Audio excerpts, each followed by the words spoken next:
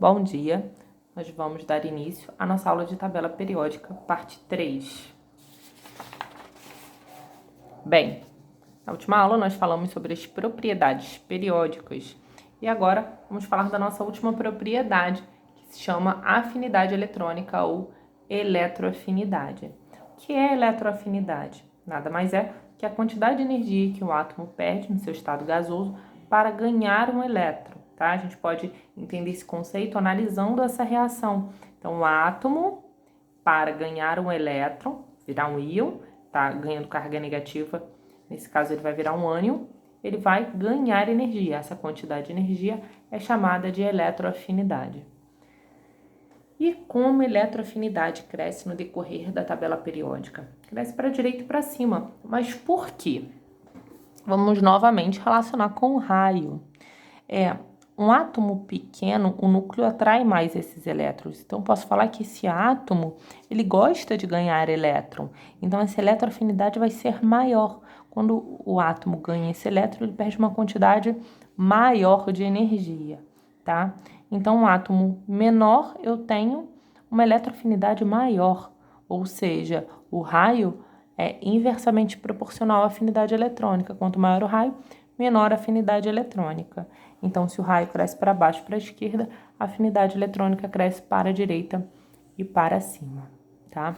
Agora nós vamos falar do raio iônico. Falamos do raio atômico na nossa última aula, agora vamos falar do raio iônico, comparar o raio do átomo neutro com o raio do cátion ou do ânion. Vamos começar falando dos cátions. Então, o que é o cátion? É o átomo que ele perdeu o elétron. Então, percebam que entre o cálcio e o cálcio mais 2, a carga positiva é a mesma. No íon eu não tenho mudança do número atômico. Então, no núcleo eu tenho a mesma quantidade de prótons, mas eu tenho uma mudança na eletrosfera. O cálcio mais 2 perdeu 2 elétrons, ou seja, o cálcio mais 2 tem uma carga nuclear efetiva maior do que a do cálcio. Esse núcleo ele vai atrair mais os elétrons. Eu tenho uma menor quantidade de elétron, o núcleo positivo vai atrair mais e esse íon vai ser menor do que o cálcio. Então, a gente pode falar que sempre um cátion, ele é menor do que o seu átomo neutro. Então, o raio do átomo é sempre maior do que o raio do seu respectivo cátion.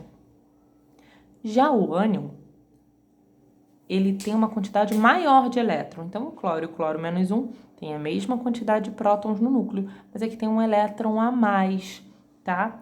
Então, aqui ele vai atrair menos, ele tem mais um elétron aqui. É mais fácil ele atrair esses elétrons do que uma quantidade maior de elétron.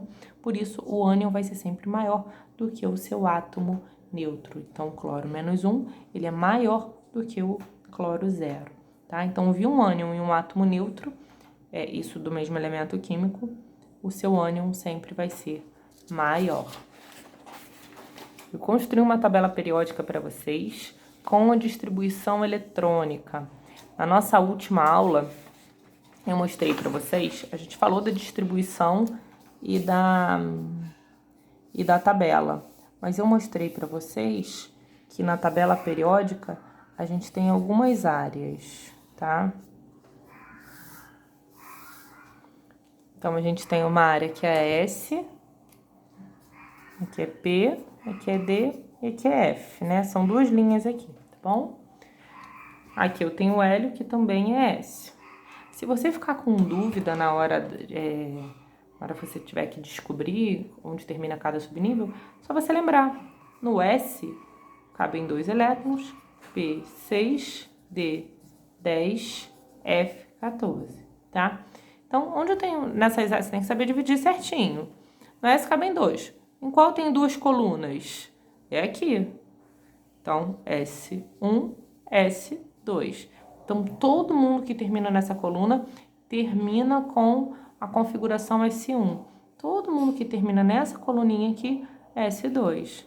P6, onde eu tenho 6 colunas? Aqui, só você contar. Depois, com a tabela maior, fica mais fácil a gente visualizar. Então, vai de P1, P2, P3, P4, P5, P6. Tem exatamente 6 colunas. Então, todo mundo que está aqui nessa família vai terminar com configuração eletrônica P4, tá?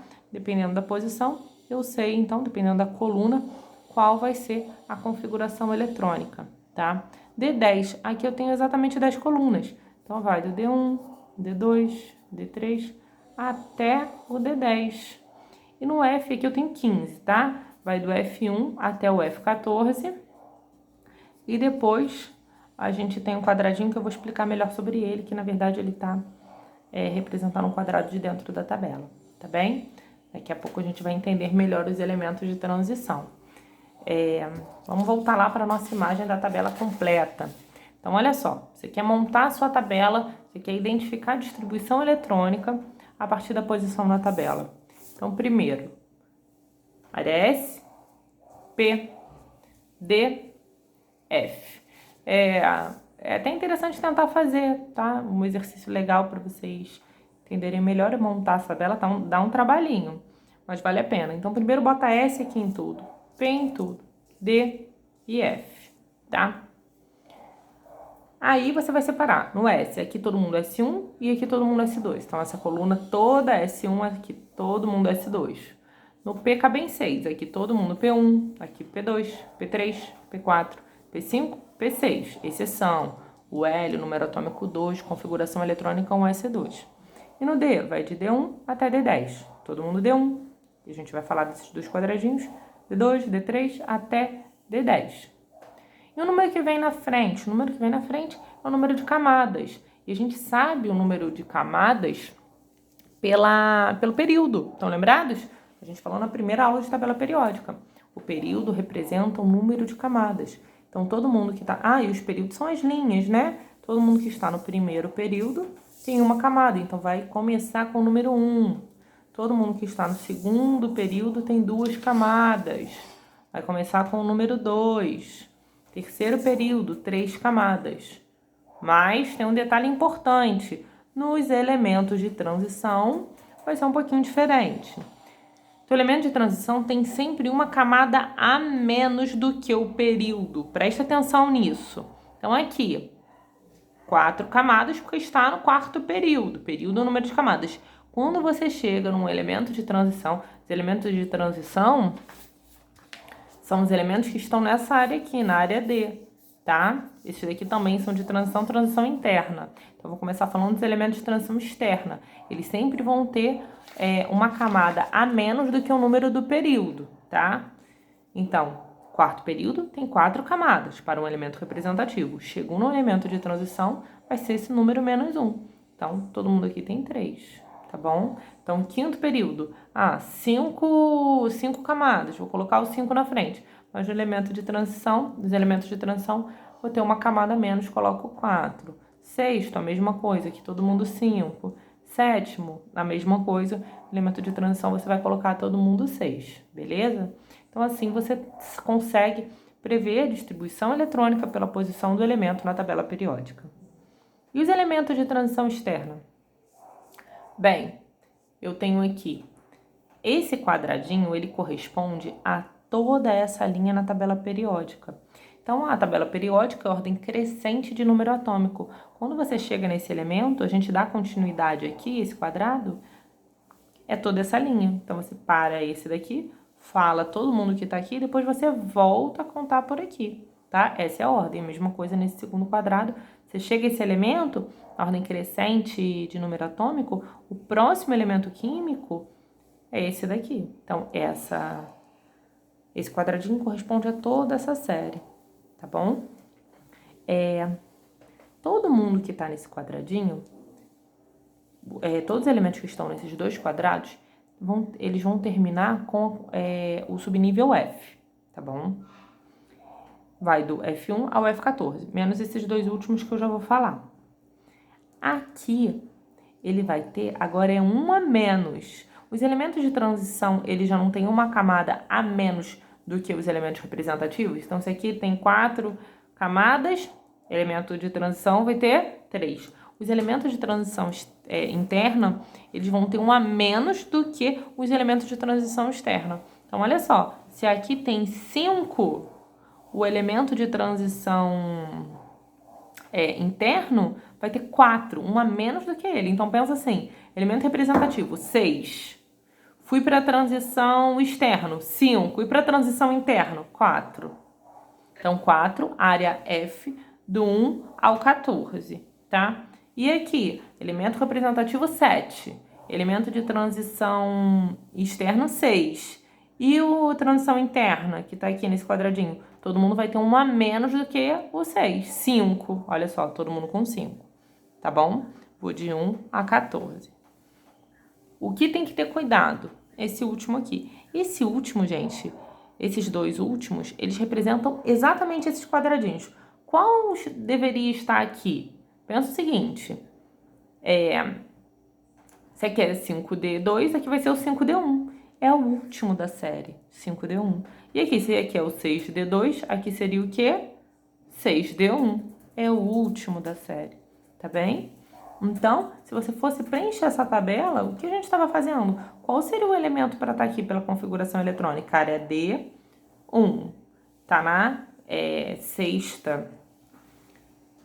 Tá no sexto período, então aqui seria 5D1. É o que é o último, tá? Então, você completa esses dois, são esses dois últimos elementos químicos. Agora, eu coloquei a distribuição eletrônica aqui em cima, gente, para vocês verem que a tabela periódica está exatamente na ordem da distribuição. Eu consigo, com a tabela, prever a distribuição eletrônica, tá? E ao contrário, com a distribuição eletrônica, eu consigo prever a organização na tabela periódica. Então, olha lá, vamos acompanhando aqui. A tabela periódica começa como? 1s2, certo? Então, ó, 1s2. Vou preenchendo o S. 1s1, 1s2. Terminei 1s2. Qual o próximo? 2s2, certo? Cadê o 2s2? Tá aqui. 2s1, 2s2. Vou preenchendo 2s2. Terminei. Vou pro 2p6. Continua aqui. 2p1, vou preenchendo 2p até chegar ao 6. Terminei. Qual o próximo? 3s2. Vamos para a próxima linha. 3s1, 3s2. Preenchi. Próximo 3p6. Aqui do 3p1 ao 3p6. Preenchi o 3p6. 4s2 está aqui. 4s1, 4s2. 3d10 está aqui. 4p6 está aqui. 4p1 ao 4p6. Depois 5s2. Está aqui o 5s2. 4d10. Olha o 4d10 aqui. 5p6. Foi do 5p1 ao 5p6. 6s2. 6s2. Agora eu não venho para esse quadradinho? 4F14. Botei o 4F14. Depois do 4F14, 5D1. Até o 5D10. Tá aqui o 5D10. Tá? Então, depois do 4F14, começo o 5D, preenchendo aqui 1 e aqui terminando de preencher até o 5D10. 6P6 tá aqui. Depois 7S2 tá aqui. Depois do 7S2, eu venho para esse quadradinho. Cadê ele? Tá aqui, ó. 5F14.